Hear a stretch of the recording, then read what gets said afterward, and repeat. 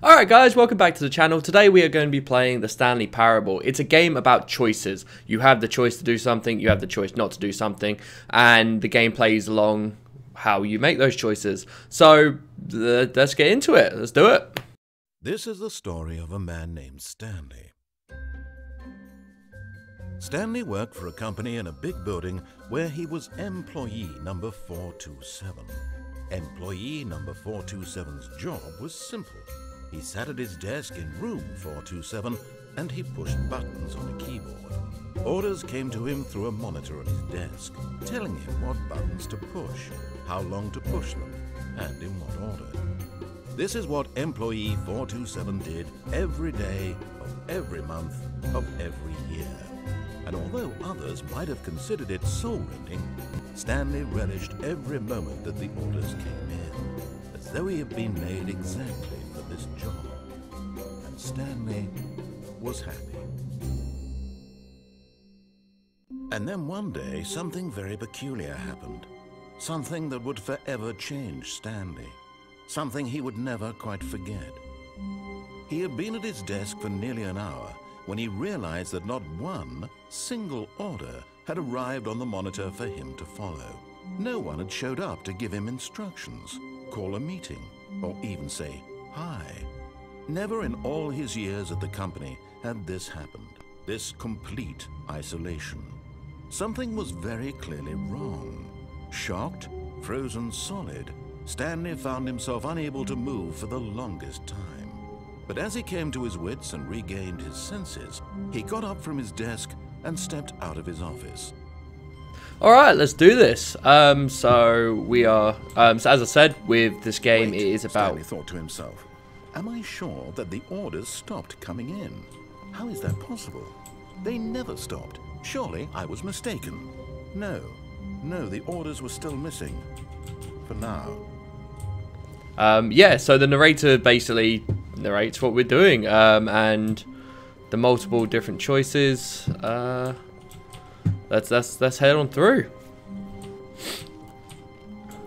It seems empty. It's a very, very empty world at the moment. Let's keep plowing on ahead. Dude's not talking to me at all. When Stanley came to a set of 2 open doors, he entered the door on his left. Should we follow his reasoning, or should we go in the opposite way? Screw him. Let's go in the right. This was the correct way to the meeting room, and Stanley knew it perfectly well. Perhaps he wanted to stop by the employee lounge first, just to admire it. That's exactly what I wanted to do. I wanted to, not admire it, but I wanted to see if there was anyone in here. Yes, truly a room worth admiring. It had really been worth the detour after all, just to spend a few moments here in this immaculate, beautifully constructed room. It is. Stanley simply stood here, drinking it all in. I did. That's a very nice vending machine. Like, we should get a drink. Only $1.25. Bargain. Yes, really worth it being here in the room. A room so utterly captivating that even though all your co-workers have mysteriously vanished, here you sit looking at these chairs and some paintings. Really they're nice. They're nice paintings. There's a notepad there. Okay, fine. We'll move along. I've got lost. Got turned around. Let's do it. But eager to get back to business, Stanley took the first open door on his left. No. Yeah, why not? Let's go on the left. He detoured through the maintenance section, walked straight ahead to the opposite door, and got back on track. You know what? I'm gonna go along with this dude. Why would he why would he tell me the wrong thing to do, eh? He's a narrator. They're always nice people and tell you which way to go. Yet there was not a single person here either. Feeling a wave of disbelief, Stanley decided to go up to his boss's office, hoping he might find an answer there. I don't know if you guys read that, but the second one on the list says, get Chris out of the broom closet. Cool. Why is Chris in the broom closet? Anyway, yeah, let's keep going. Using this slide to ensure employees that everything is okay. Everyone is unique. You most of all. I'm a unique soul. Thank you. Talk to me, narrator. Okay, let's keep going. Oh, it's Chris. Let's get Chris out of here. Stanley stepped into the broom closet, but there was nothing here, so he turned around and got back on track. But Chris is in here. Chris is trapped in here. You told me that. Let's I am now Chris. I am trapped in the broom closet. It's a perfect analogy for me. To follow, just an empty broom closet. It's not empty. To still be here. How is it empty? I'm in here. Chris is in the broom closet, so it's not empty. It can't be. It was baffling that Stanley was still just sitting in the broom closet. He wasn't even doing anything. At least if there was something to interact with, he'd be justified in some way. I'm talking. He's literally just standing there. No. Doing sweet FA. No, I'm talking. That is what I'm doing. I am not doing sweet FA. Are you really still in the broom closet? Yes. Standing around doing nothing? Yes, I am. Why? Because Please offer me some explanation here. I'm genuinely confused. I'm trying to, and you're cutting me off. I am in the broom closet because it seems to annoy you. And I got told to get me out of the broom closet. So I should probably get out. There's no choice or anything in here, right? If I'd said Stanley walked past the broom closet, at least you would have had a reason for exploring it to find out. But it didn't even occur to me because literally this closet is of absolutely no significance to the story whatsoever. I never would have thought to mention it. Why? Why? I'm cozy here. I'm nice. If everyone's gone missing, somehow its own branching path. Maybe when you go talk about this with your friend, you'll say, "Oh, did you get the broom closet ending? The broom closet ending was my favourite." I hope your friends find this concerning. Why? Why would they find it concerning? If you made an ending, I'm going to try and get it. Stanley was fat and ugly and really, really stupid. He probably only got the job because of a family connection. That's how stupid he is. That or with drug money. Also, Stanley is addicted to drugs and hookers. I mean, that's a harsh. Well, I've come to a very definite conclusion about what's going on right now. You're dead. You got to this broom closet, explored it a bit, and were just about to leave because there's nothing here when a physical malady of some sort shut down your central nervous system. I'll follow the and light. You collapsed on the keyboard. Yes. Well, in a situation like this, the responsible thing is to alert someone nearby so as to ensure that your body is taken care of before it begins to decompose. Hello? Anyone who happens to be nearby? The person at this computer is dead. This person at this computer has fallen prey to any number of your countless human physiological vulnerabilities. I have not. It's indicative of the long-term sustainability of your species. Please remove their corpse from the area and instruct another human to take their place at the computer. Why would ensure they understand basic first-person video game mechanics and filling them in on the history of narrative tropes in video gaming. Can I talk? So that the irony and insightful commentary of this game is not lost on them. I'm arguing with a recording. That's literally what I'm doing. Step out into the hallway. I'm not going to step into the hallway. You have single-handedly killed me in this game.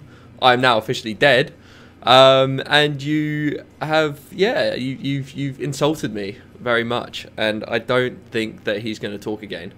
But if he does, maybe I am dead. Maybe that is it. Maybe we can just see this to the end. Ah, second player. It's good to have you on board. Ah, the new person. You can't do any worse. You too. Unbelievable. I'm at the mercy of an entire species of invalids. Perhaps there's a monkey nearby you can hand the controls to. A fish? Fungus? Look, you can hammer out the details. I'm not particularly picky. I'll just be waiting for when you're ready to pick up the story again. I have picked up the story. It's okay. All right, let's move on. No more broom closet. Let's go. Coming to a staircase, Stanley walked upstairs to his boss's office. Ah, yeah, why not? Let's go. Let's listen to him. I feel like I've given him enough distress. I've already died once. I'm a new person, new player in control. Can't open that door. Can't open that door. Have I gone the wrong way? I got really turned around then. The mouse is a bit fast. I'm used to console gaming. Stepping into his manager's office, Stanley was once again stunned to discover not an indication of any human life. Shocked, unraveled, Stanley wondered in disbelief who orchestrated this. What dark secret was being held from him? What he could not have known was that the keypad behind the boss's desk guarded the terrible truth that his boss had been keeping from him. And so the boss had assigned it an extra secret PIN number. Okay. 2845. But of course, Stanley couldn't possibly have known this.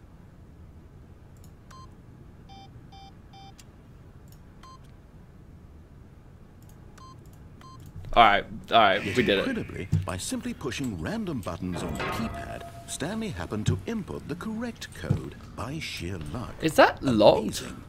He stepped into the newly opened passageway. Okay. Okay, I feel like we're stuck on this track now, so let's finish this. Is there a way around? Nope, let's just go down the elevator. And we're going down the conveyor belt. So, yeah, let's finish this one up. I feel like that's a loading screen. We'll see how this plays out. But I followed the dude's instructions correctly, apart from I went the wrong way. Into the building, Stanley realized he felt a bit peculiar. It was a stirring of emotion in his chest, as though he felt more free to think for himself, to question the nature of his job. Why did he feel this now, when for years it had never occurred to him? This question would not go unanswered for long. Well, it's the first time you've actually let me out of my cage. I just sit there and press a button. I mean, that's very, very much who I am, but yeah. Straight ahead through the large door that read Mind Control Facility. No, I'm going to escape. Let's go. Although this passageway had the word escape written on it, the truth was that at the end of this hall, Stanley would meet his violent death. But that one said mind control. I don't want mind. Wait, did I turn around? Yeah, I turned around. No, I'm gonna keep going. He might be lying. He's a bit of a dick, you know. The door behind him was not shut. Stanley still had every opportunity to turn around and get back on track. I don't want to. Is that corridor getting further away? At this point, Stanley was making a conscious, concerted effort to walk forward. Yes. And willingly confront his death. Maybe I died on the keyboard again. Maybe my fingers just stuck on the was key. Sorry, the W key. Why would I say was key? I fell. I fell a long way. Yeah. So I've escaped. I've escaped the building. Oh, we're on a conveyor belt. I can't really move. I'm stuck. And Stanley was inched closer and closer to his demise. It reflected that his life had been of no consequence whatsoever. Stanley can't see the bigger picture.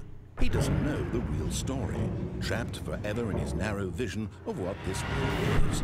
Perhaps his death was of no great loss, like plucking the eyeballs from a blind man. So he resigned and willingly accepted this violent end to his brief and shallow life.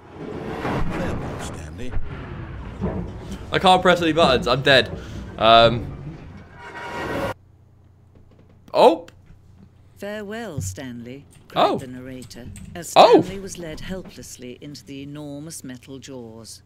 In a single visceral instant, Stanley was obliterated as the machine crushed every bone in his body, killing him instantly.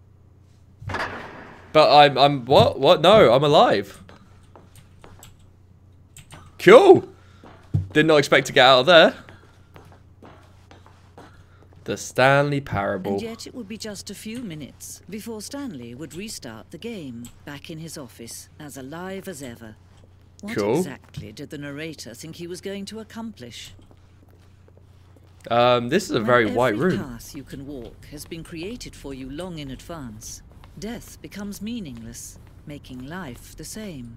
The office layout. Do you see that Stanley was already dead from the moment he hit start? Oh. Well, that's not very nice. This is, I think I completed the game. I did.